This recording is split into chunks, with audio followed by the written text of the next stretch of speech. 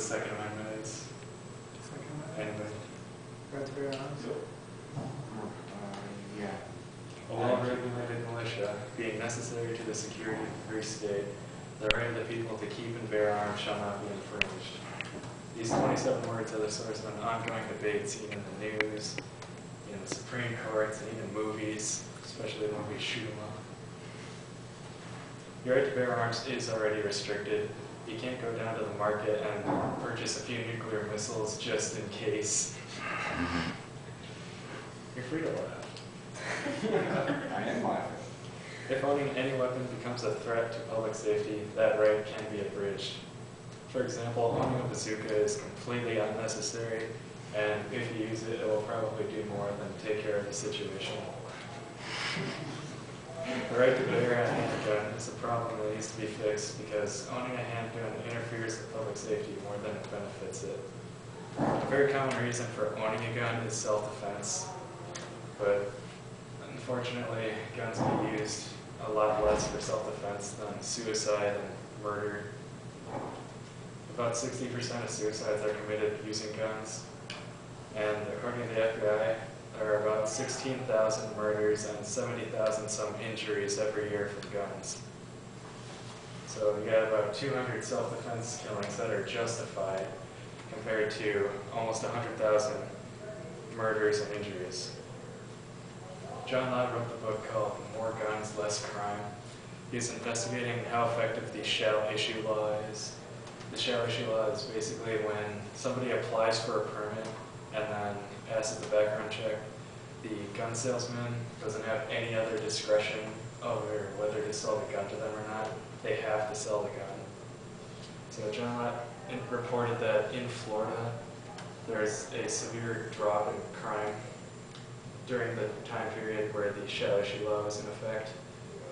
But there's an investigation on his report, and they found that he screwed with his results because they investigated 24 areas, and Florida was the only one during the time period that had a drop in crime.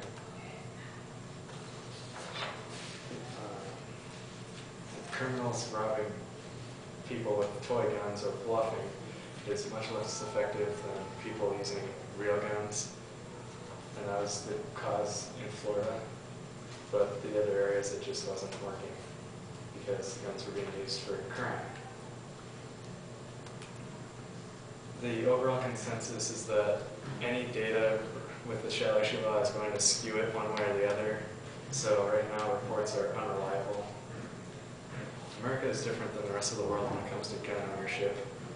It's the only country in the world where gun ownership is the norm rather than the exception.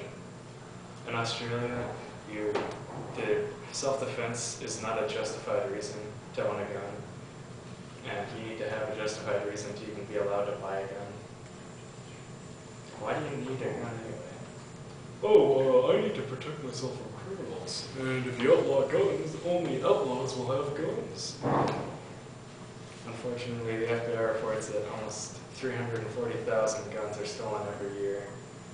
So even though these guns may have been purchased legally, they ended up with the bad guys anyway. And if they weren't sold in the first place, then they couldn't end up with the bad guys. We need to get the guns away from the criminals. Well, cars kill more people than guns. Do you want to ban cars too? That's a stupid argument because cars have many non-lethal uses. Can a gun get your kid to school and soccer practice? Can a gun carry your groceries on your way home from the store?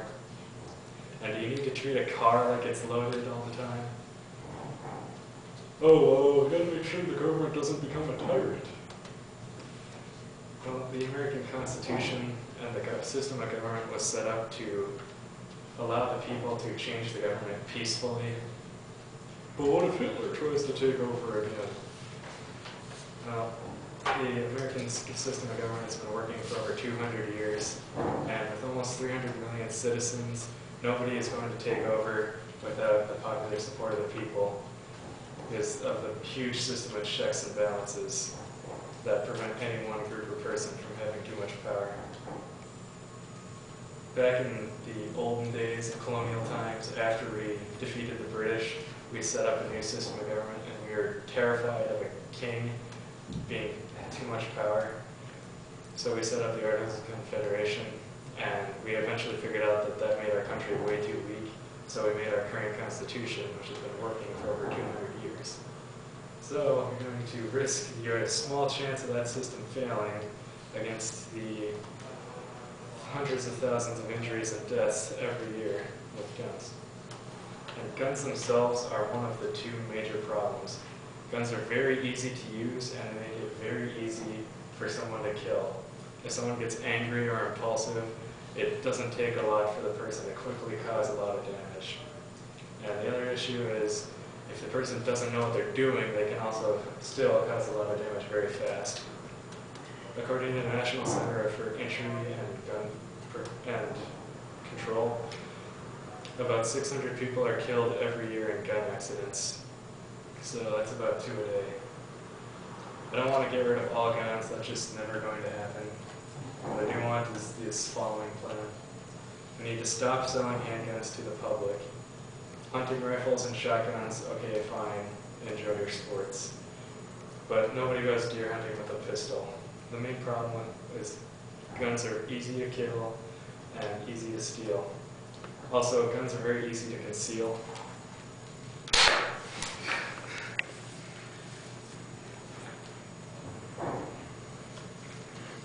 Another reason to ban guns is that they are easily stolen, so criminals end up with these guns. If you get convicted of a crime using a gun, there needs to be a much harsher punishment.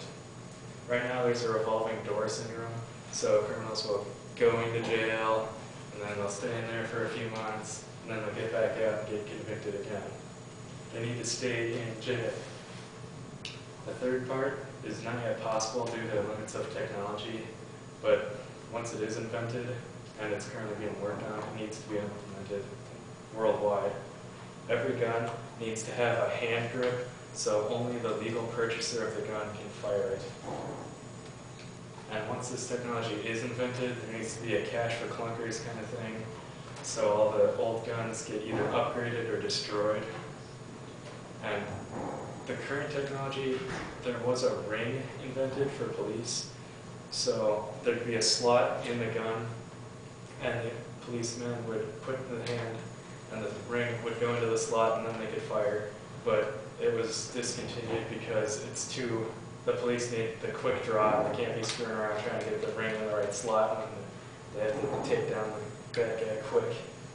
And the most important point is the need for education. There should be a required class to take before you get to buy a gun. There's already a delay period to help prevent the heat of the moment crimes. But if you have to take a class, that'll also prevent more heat of the moment crimes, because people can still hold their grudge for a few days. And the current delay is to allow for background checks also. And requiring education will get rid of stupid people buying guns. These steps should help create a safer world. With fewer guns and harsher punishments and smarter people, the police and military will be safer, and so will you. And with a strong military and police and constitution, you can feel safe from evil. Thank you.